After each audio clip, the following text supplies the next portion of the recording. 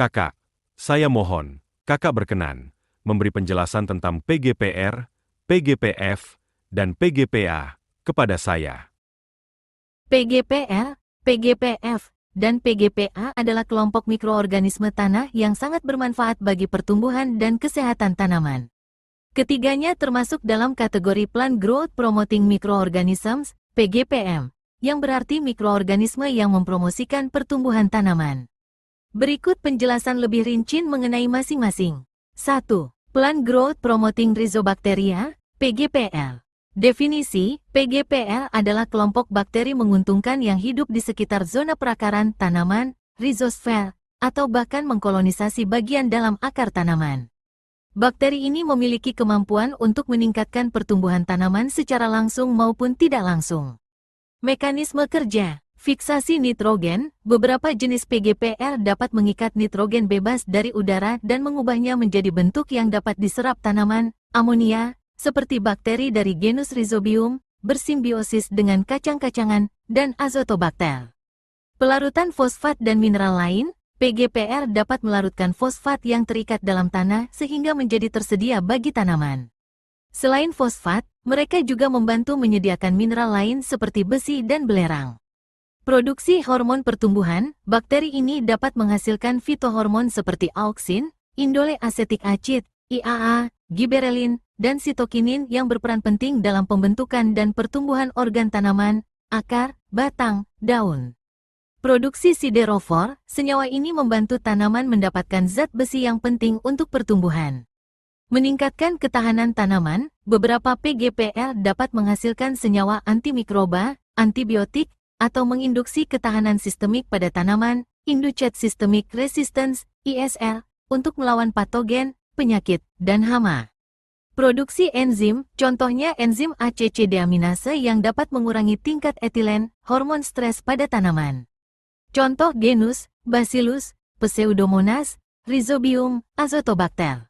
Aplikasi, PGPR banyak digunakan sebagai biofertilizer, pupuk hayati, atau biopestisida. Aplikasi bisa dilakukan dengan perlakuan benih, perendaman, penyiraman pada perakaran, atau aplikasi langsung ke tanah. 2. Plant Growth Promoting Fungi, PGPF. Definisi, PGPF adalah kelompok jamur yang menguntungkan dan hidup di rhizosfer atau di dalam jaringan tanaman, endofit. Seperti PGPR, jamur ini juga berkontribusi pada peningkatan pertumbuhan dan kesehatan tanaman. Mekanisme kerja, pelarutan nutrien, PGPF juga mampu melarutkan fosfat dan mineral lain yang tidak tersedia, membuatnya lebih mudah diserap oleh tanaman. Produksi fitohormon, beberapa PGPF dapat memproduksi auksin, giberelin, dan sitokinin yang mendorong pertumbuhan tanaman. Peningkatan serapan nutrien, jamur tertentu, terutama jamur mikoriza, meskipun tidak semua PGPF adalah mikoriza, membentuk simbiosis dengan akar tanaman, memperluas area penyerapan dan meningkatkan penyerapan air serta nutrisi. Biokontrol, PGPF dapat menekan pertumbuhan patogen tanaman melalui mekanisme antagonisme, kompetisi, parasitisme, produksi senyawa antimikroba, atau dengan menginduksi ketahanan tanaman. Meningkatkan toleransi stres, PGPF dapat membantu tanaman mengatasi stres abiotik seperti kekeringan, salinitas, atau keberadaan logam berat. Contoh genus, Trichoderma, Aspergillus, Penicillium. 3. Plant Growth Promoting Actinomycetes, PGPA. Definisi, PGPA adalah kelompok Actinomycetes yang memiliki sifat mirip bakteri, prokariotik, membentuk filamen, dan juga ditemukan di tanah, terutama di rhizosfer. Mereka dikenal karena kemampuannya menghasilkan berbagai senyawa bioaktif. Mekanisme kerja, produksi senyawa bioaktif, Actinomycetes terkenal sebagai penghasil antibiotik, enzim, dan berbagai senyawa lain yang dapat menekan patogen tanaman. Fiksasi nitrogen, beberapa PGPA mampu melakukan fiksasi nitrogen, meskipun tidak seumum bakteri fiksasi nitrogen spesifik. Pelarutan fosfat dan mineral lain, mirip dengan PGPR dan PGPF, PGPA juga dapat membantu melarutkan nutrien yang tidak tersedia di tanah. Produksi hormon pertumbuhan, beberapa strain PGPA juga menghasilkan fitohormon yang merangsang pertumbuhan tanaman.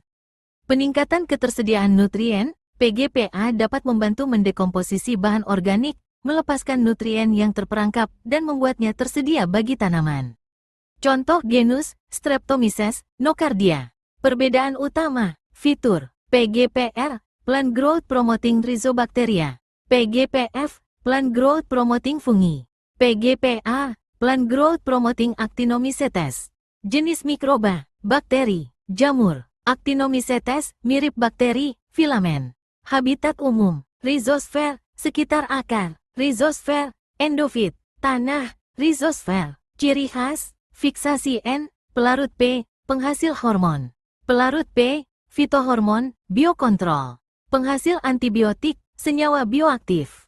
Mekanisme khas, fiksasi N lebih dominan. Simbiosis mikoriza, opsional, biokontrol. Produksi antibiotik luas. Manfaat umum PGPM, PGPR, PGPF, PGPA, bagi pertanian. Ketiga kelompok mikroorganisme ini secara kolektif memberikan banyak manfaat bagi pertanian, di antaranya meningkatkan pertumbuhan tanaman melalui penyediaan nutrisi, produksi hormon, dan perlindungan dari stres.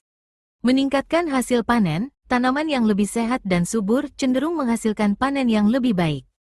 Mengurangi penggunaan pupuk kimia, dengan meningkatkan efisiensi penyerapan nutrisi alami, kebutuhan pupuk kimia dapat dikurangi. Mengurangi penggunaan pestisida kimia melalui mekanisme biokontrol terhadap hama dan penyakit. Meningkatkan kesehatan tanah, memperkaya keanekaragaman mikroba tanah dan siklus nutrisi. Meningkatkan toleransi stres tanaman, membantu tanaman beradaptasi dengan kondisi lingkungan yang kurang menguntungkan, kekeringan, salinitas, DAL. Mendukung pertanian berkelanjutan, menawarkan alternatif yang ramah lingkungan dibandingkan input kimia. Secara keseluruhan, PGPL, PGPF, dan PGPA adalah komponen penting dalam ekosistem tanah yang sehat, berperan sebagai agen biologis untuk meningkatkan produktivitas pertanian secara berkelanjutan.